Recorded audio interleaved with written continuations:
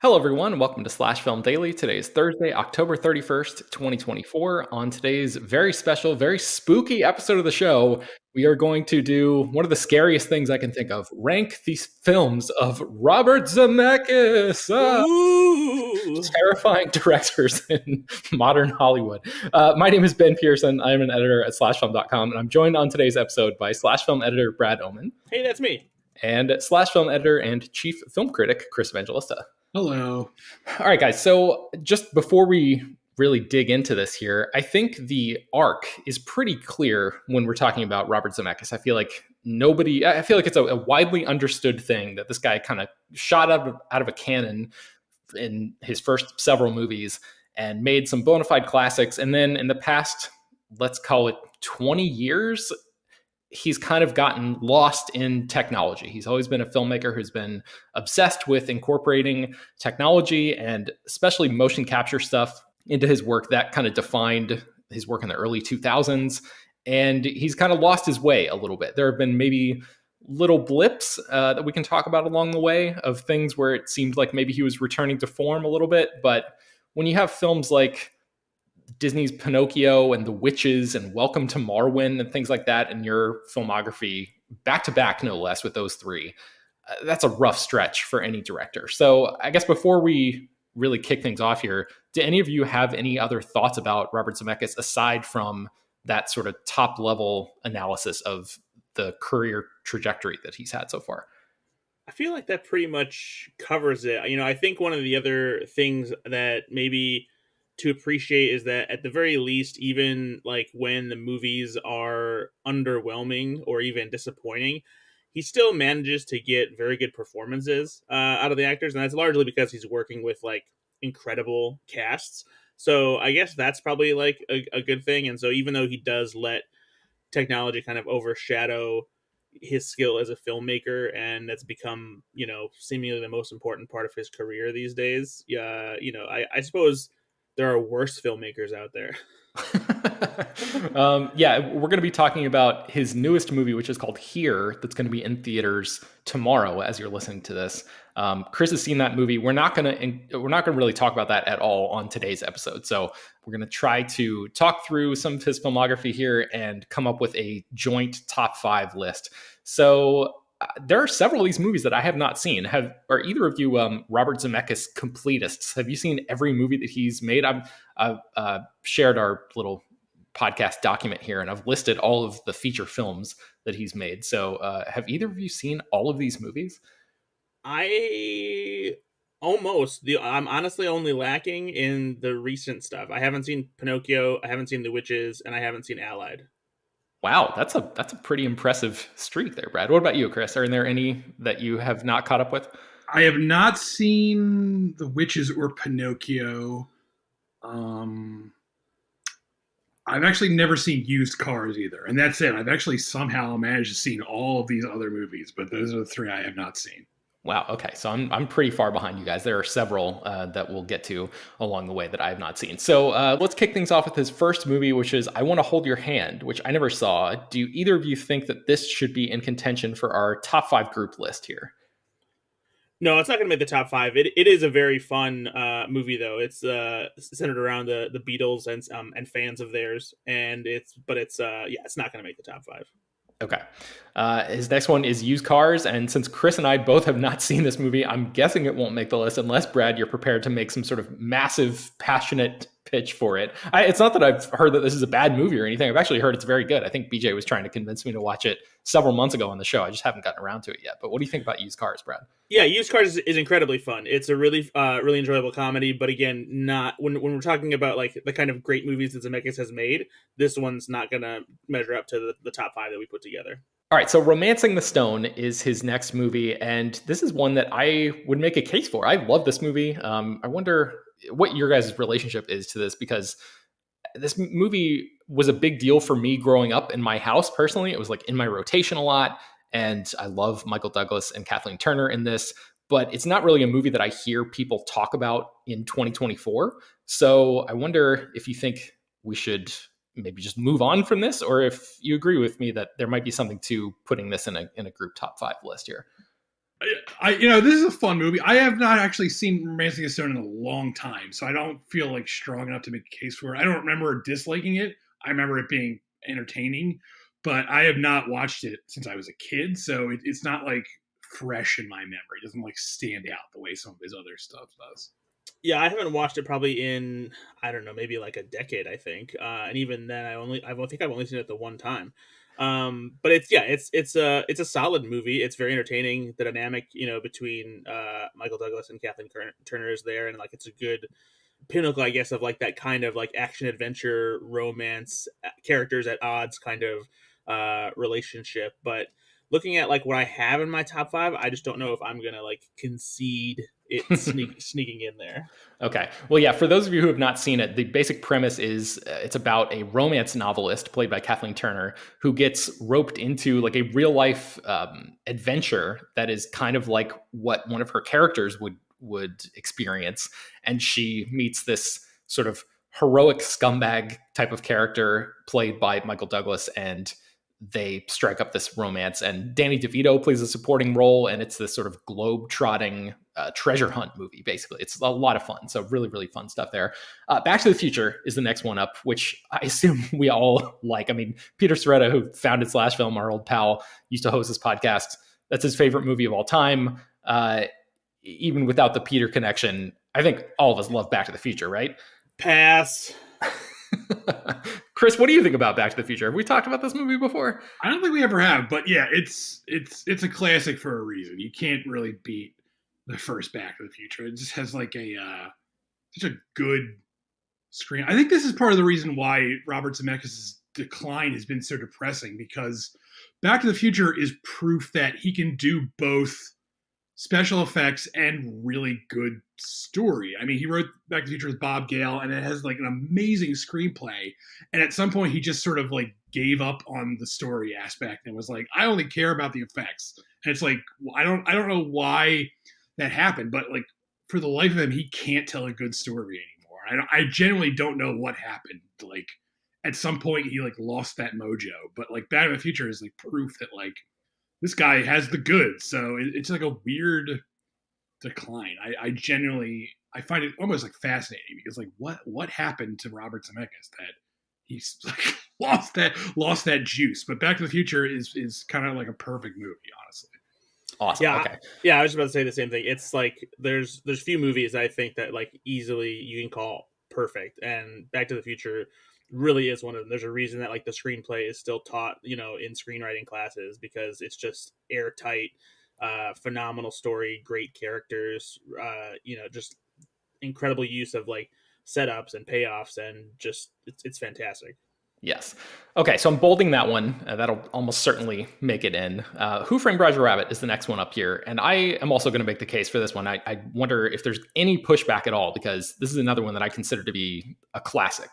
Just such a great modern noir movie that is riffing on a lot of these old sort of Sam Spade detective style tropes, but introducing this insane animation component where animation is interacting with live action in a way that we hadn't really seen before in this to this degree of complexity on the big screen before. Bob Hoskins, I think we wrote in a Slash Film article several years ago, essentially invented what modern acting is, because this was one of the first performances that required him to act opposite a completely digital character or animated character, a character that wasn't there. And that's obviously become so commonplace now that I think, speaking of studying things, you could study Bob Hoskins' performance, and it'll teach you a lot about how to stay in the moment when you don't really have a physical scene partner. So is there anyone who's going to push back against Who Framed Roger Rabbit?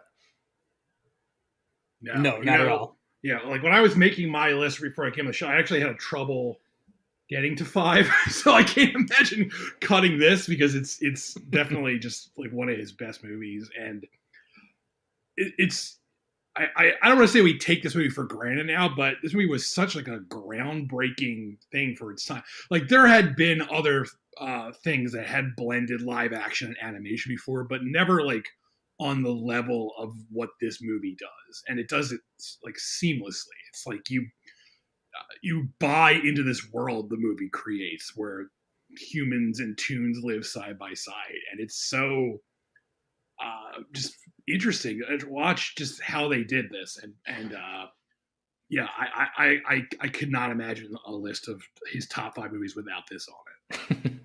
Okay, so then we get into Back to the Future Part 2 and Back to the Future Part 3, which he made back to back.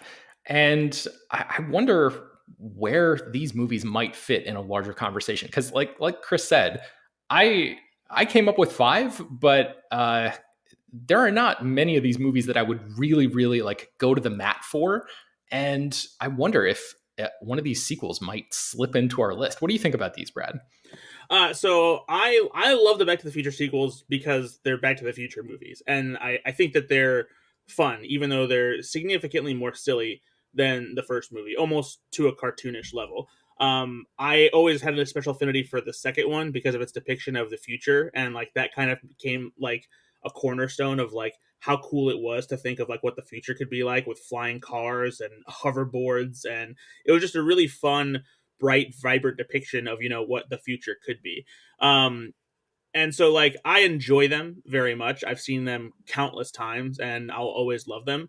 As far as the quality of filmmaking is concerned, the stories kind of get lost in like the time travel rules and everything, and you have the actors playing multiple roles, different versions of themselves, you know, being old and whatnot. And the third one that takes it to another extreme with Michael J. Fox playing one of his distant relatives.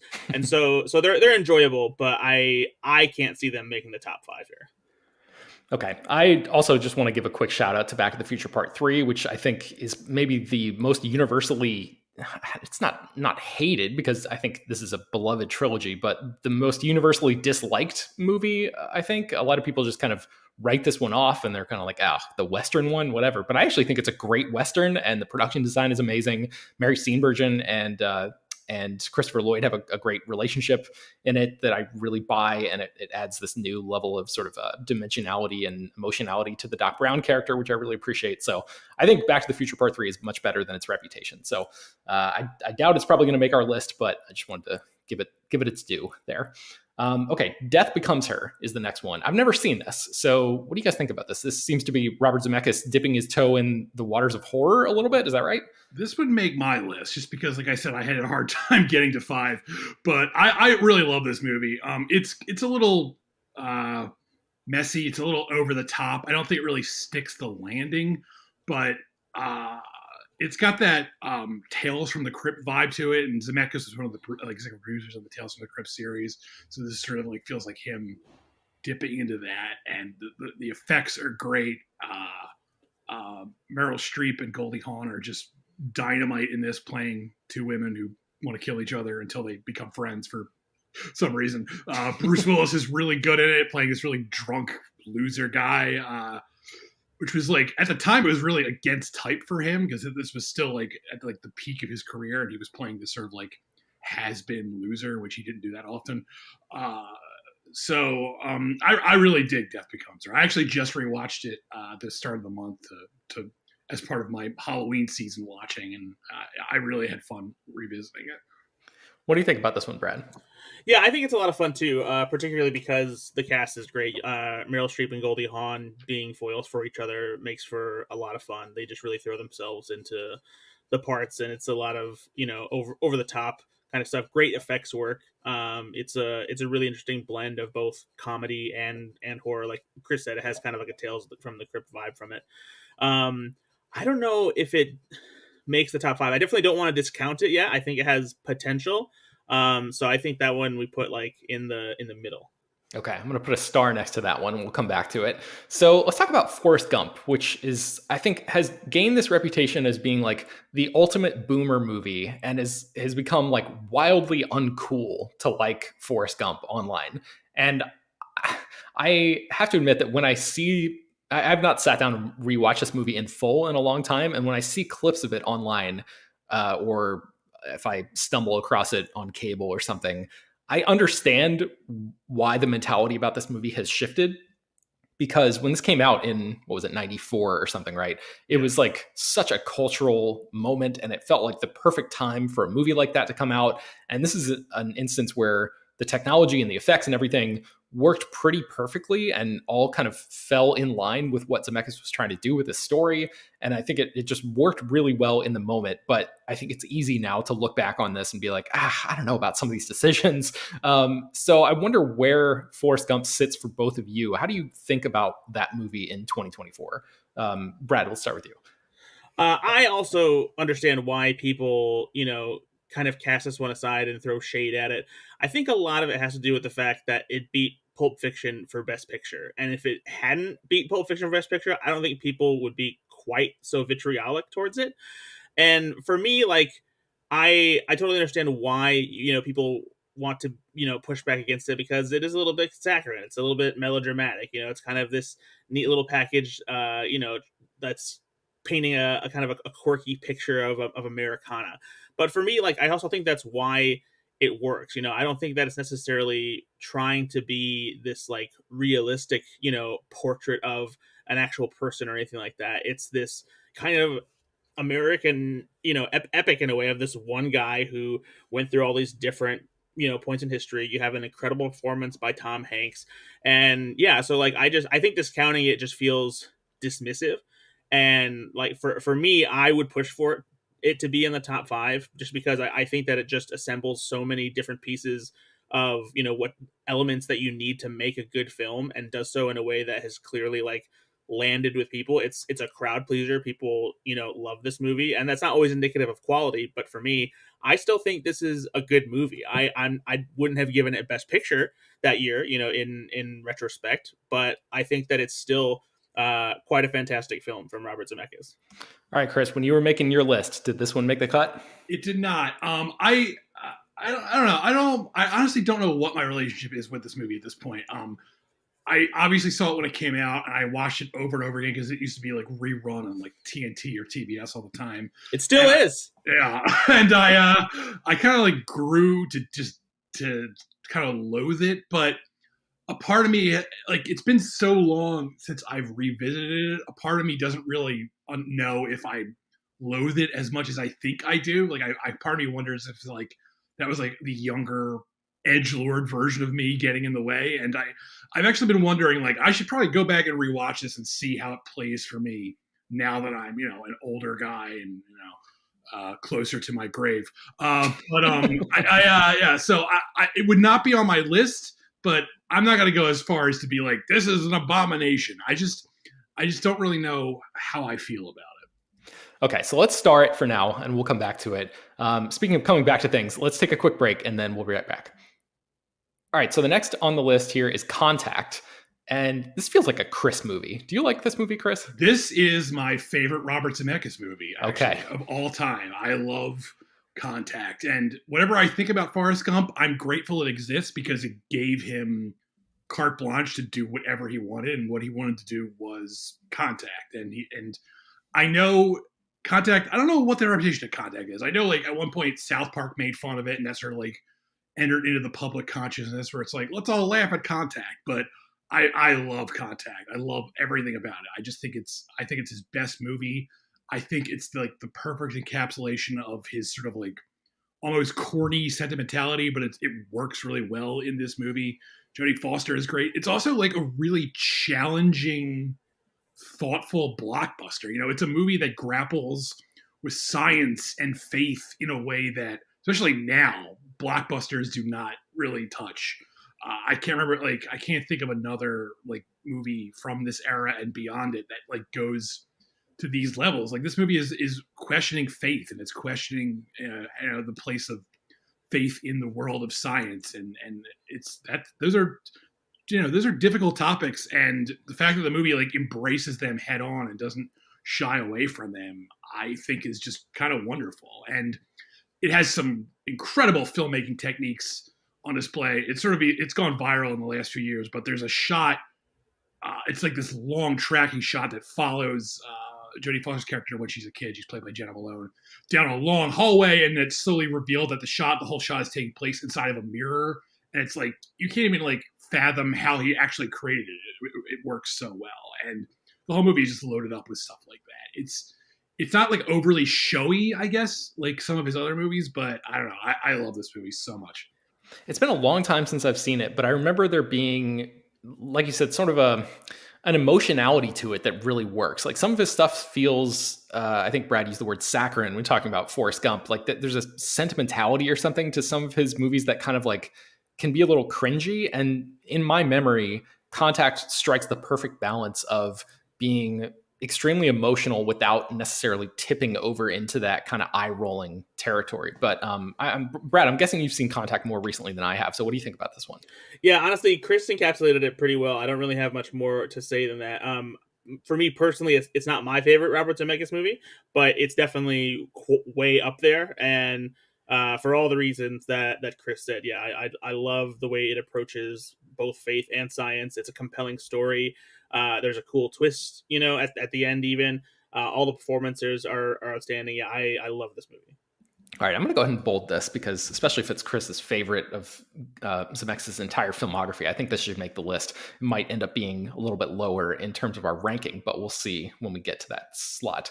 Okay, so next up we have What Lies Beneath, which was a really surprising turn for Harrison Ford at the time. Michelle Pfeiffer's in this. This is, again, a little bit of a horror kind of thriller type of space for him, a little unusual for his filmography. Chris, what do you think about What Lies Beneath these days? I do not love What Lies Beneath. I appreciate what he's trying to do. He's trying to make this sort of like modern Hitchcock riff. And I kind of like it's a spoiler, but the movie came out a long time ago, so who cares? I kind of like the twist that Harrison Ford turns out to be the bad guy, for lack of a better term, because that's not a role. I can't really think of many other Harrison Ford is the bad guy movies. That's just something that doesn't happen. So I kind of appreciate that. And, I like Michelle Pfeiffer, but I don't know. I remember not liking this when it came out, and I revisited it kind of probably a year or two ago, and I liked it even less. It just does not really do much for me. Even though I love the horror genre, I love the thriller genre, I love ghosts. This movie has ghosts in it. I don't know. It just does not work for me.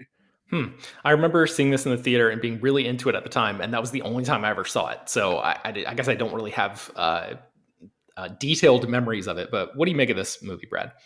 Yeah, I think that this is a perfectly fine thriller. It's cool to see Harrison Ford in this role. Michelle Pfeiffer is always great. I never particularly loved this one either. I always just thought yeah, okay, this is what I expected this movie to be, and I don't really think about it much. Well, I would say I want more movies to be like this now, but I don't think that necessarily means that it should make our list. So we can go ahead and move on past What Lies Beneath to Castaway, which is the next one, which, once again, I think any list of the best Robert Zemeckis movies feels incomplete to me without Castaway. So I think this should be on here. Talk about great Tom Hanks performances, like literally holding the whole movie on his shoulders. There are not that many actors that could pull off something like that at that time. And yeah, it's just great stuff. This one holds up really, really well, I think. But what do you guys think about Castaway? Yeah, I would go as far as to say is I think, I said this in my review of Here, I think this is the last good Robert Zemeckis movie. And the fact that he made it 24 years ago is kind of depressing. He's made several movies since then, but this is the last one I would consider genuinely good. And yeah, this would be on my list too. Tom Hanks is just so good in this. I mean, the fact that the movie makes you care about a volleyball, I know that became like a joke after a while.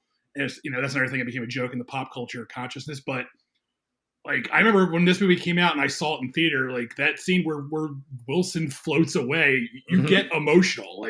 You get emotional at Tom Hanks being sad that he's losing a volleyball. And the fact that the movie makes that work is no small feat. Yes, yeah, absolutely. Well, and the way it's similar to, Bob Hoskins and his acting in Who Framed Roger Rabbit, Tom Hanks' performance when he's interacting with Wilson as if it were a full-on actor, that those are great scenes. And yeah, Tom Hanks is just spectacular in this movie. This would be on my list for sure. Okay. All right. So I think we can move pretty quickly through the latter stage Zemeckis stuff. Polar Express and Beowulf are two of these motion capture projects. And A Christmas Carol. Oh, yeah, that's right. And Christmas Carol. Yeah, 3 in a row. I don't think any of these really work. I watched A Christmas Carol for the first time in a long time, probably about 4 or 5 years ago, and was just kind of horrified by it. The Polar Express, I remember being horrifying in that sort of uncanny valley way. Like that's the big knock against that movie. I think the book, The Polar Express, is a masterpiece, and the story is pretty good, and the adaptation is actually okay, but it's just the visual style and the look of the movie just kind of, I was not able to be immersed in the story in the way that Zemeckis wants me to, which is a common refrain in this later period of his work, I think. So I don't know.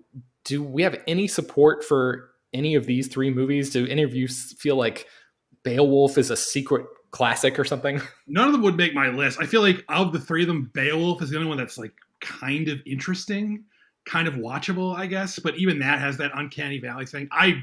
I loathe The Polar Express because when I was growing up, that book, the Chris Van Allsburg book, was like one of my favorite like kids books that I read. And I just find the movie just like hideous. Yeah. There's a scene where like Steven Tyler is an elf. It's like, stop it. This just makes me angry. I just do not like the movie. Wow, I don't remember that. Maybe I should take my statement back about it being a good adaptation. Because they turn it into a musical as well. Like they have to add so much to it to pad out the story. Because The Polar Express is a pretty simple story, but like they have to beef it up so much for the movie that like I also hate it a lot. Yeah, like the part of the reason that, and this is true of like all Chris Van Allsburg books, part of the thing that made the book so great is that artwork. It has like really beautiful painterly artwork. And to take that and make it this like digital nonsense, and there's like all this like goofy crap going on. Like Tom Hanks is like, not only is he the conductor, but he's like Santa Claus. He's also like a ghost that's on the train for some reason. A hobo too. Yeah, it's like, what is going on with this? I kind of loathe that this movie has become like a holiday staple. Like I guess people like who grew up with it like it, and I'm sure there's stuff I grew up with that's absolute trash too. But it bothers me that this has been like entered into like the Christmas consciousness. Every time Christmas rolls around, people talk about revisiting this. I want to be like, why? Like, there's so many better movies. Okay, so I think it's fair to say that none of these movies are going to make it onto our list. Flight is from 2012, I think, is when that came out. I might have that year wrong. Let me double check that. You're right. Okay, 2012. Yeah, Flight. So this is the one that I was alluding to earlier, where I feel like in the later period of Zemeckis' career, this was the one where it felt to me like, oh man, he's not completely gone. Like maybe there actually is life in him yet, and maybe he hasn't completely lost the touch. So I think Flight is like pretty decent. I don't know if I would go as far as to say it should be in the top 5, but I definitely think it is much better than a lot of the stuff that he's made in the past 25 years. So I don't know if we have any secret Flight fans on the podcast today or what. What do you guys think about this one? I agree that it's decent. Denzel is good in it. John Goodman is good in it, but they always are. And yeah, I think it's a pretty serviceable drama, but not top 5 contender. Okay. What do you think, Chris? Yeah, I would say I don't really like Flight. I do think the plane crash sequence is really good. Like that, the whole thing where he has to fly the plane upside down to land it and stuff like that is handled really well. But I kind of feel like the movie falls apart after that. Like it has this whole subplot about what's her name, Kelly Riley is like a alcoholic or something, and I was like, I don't care about any of it. Like I don't know, I just did not like I feel like once you get beyond the plane sequence, the movie goes downhill really quickly. Yeah, that's fair. Okay, so The Walk is the next one, and this one came out in 2015.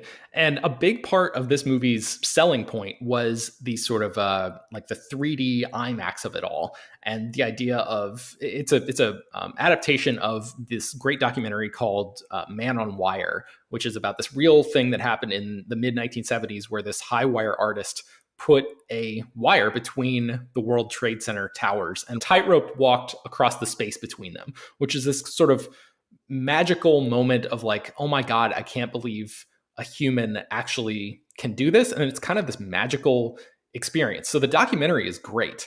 I'm not really sure that the movie holds up outside of the context of the 3D boom that was going on in Hollywood at that time. But again, I'm maybe in the minority there. So what do you guys think about this? I'm about the same. I I remember thinking that the documentary was already great, and like this movie just didn't feel like it did anything better or different enough. And the way it tried to dramatize a little bit more, it wasn't interesting enough to make me care about it any more than the documentary already did. And while the theatrical experience in 3D, I do remember, did offer an interesting feeling, I think it felt more like a theme park ride than it did like a proper, film experience. Mm-hmm. Yeah. Any thoughts about The Walk, Chris? Yeah, I mean, really, the only thing that I remember from this movie, the only thing that stands out from this movie is Joseph Gordon-Levitt doing that terrible accent. And Yeah. like, I know he had to do that because the real guy has an accent. He's French, but I like Joseph Gordon-Levitt. I think he's a good actor. He should not ever do accents. Like in like Snowden, he does a voice too, and that's really bad. Like he should just not do voices. He should just do his own voice and stick with that. He's not good at doing voices. It's just like I don't know. There was that one really good part in The Walk though, where he went ha ha ha.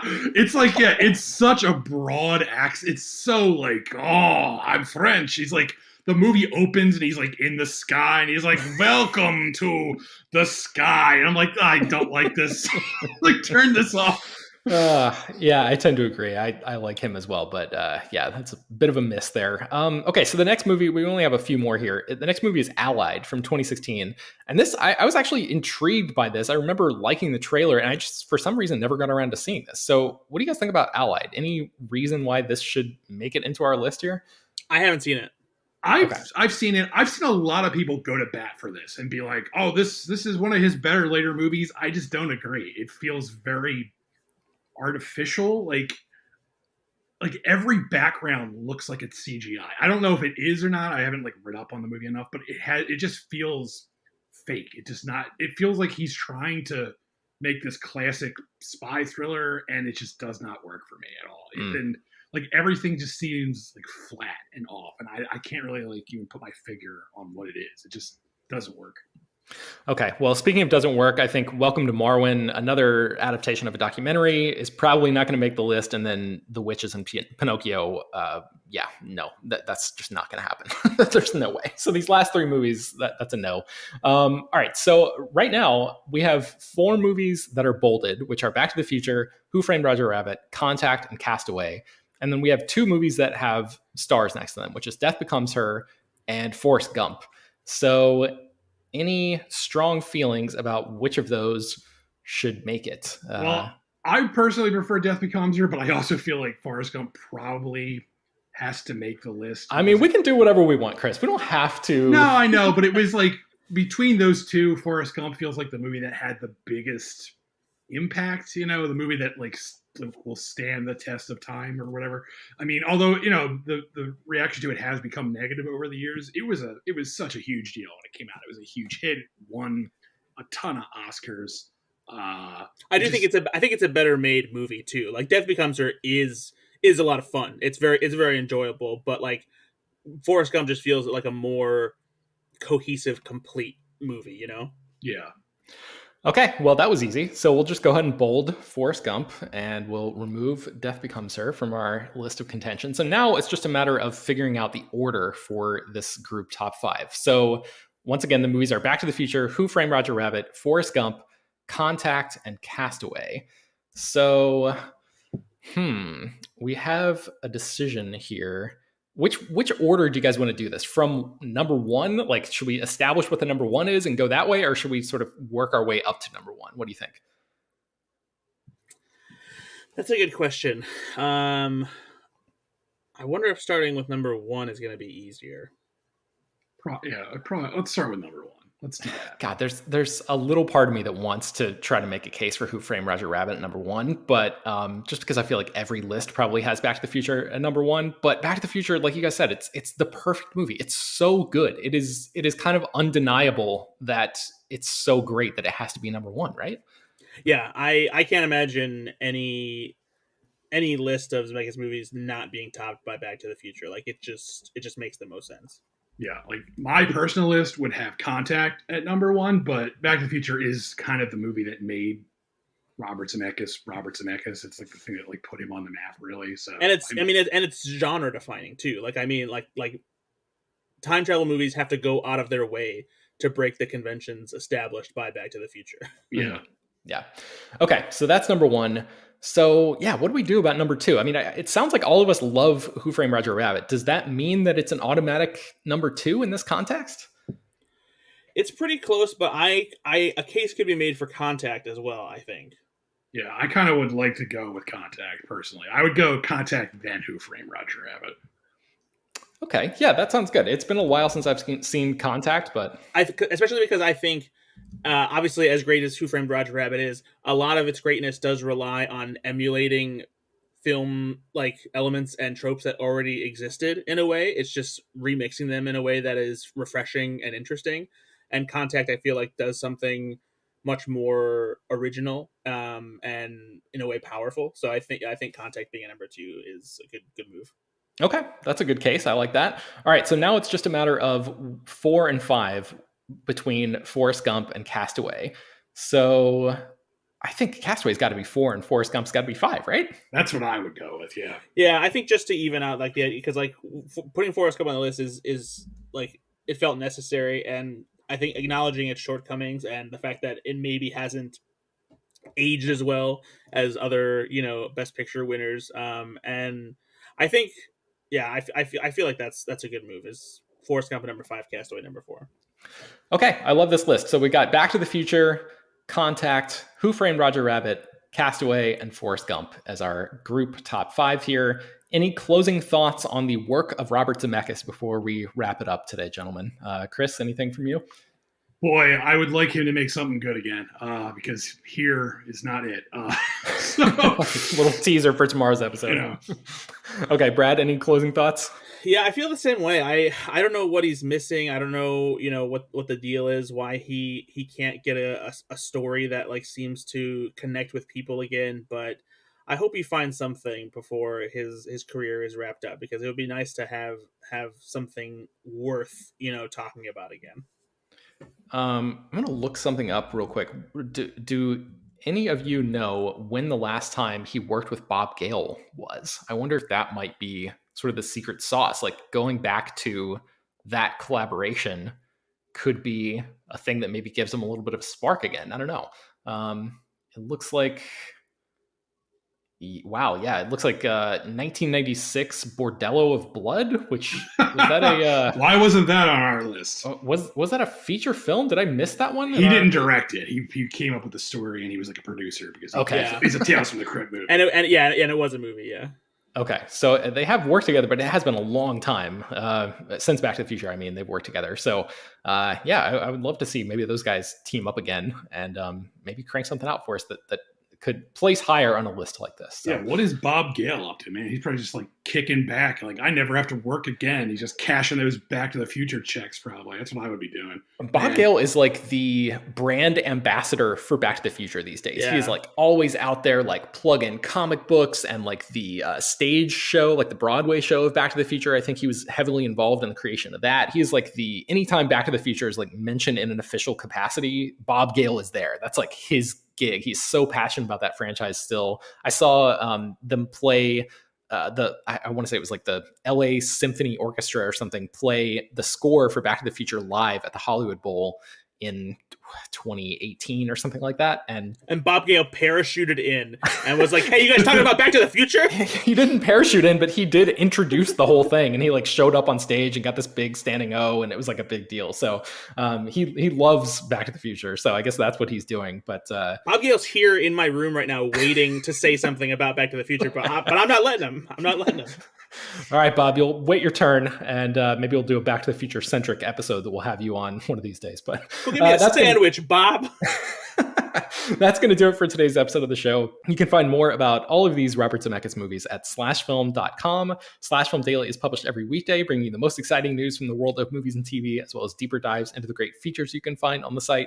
You can subscribe to the show on Apple, Overcast, Spotify, wherever you get your podcasts. Send your feedback, questions, comments, concerns, and mailbag topics to us at bpearson@slashfilm.com. Make sure to leave your name and general geographic location in case we mention your email on the air. Don't forget to take a minute to rate and review the show on Apple Podcasts or Spotify. That really helps out a lot. Tell your friends about the show. Thanks for listening and have a happy Halloween, everyone. We'll talk to you tomorrow.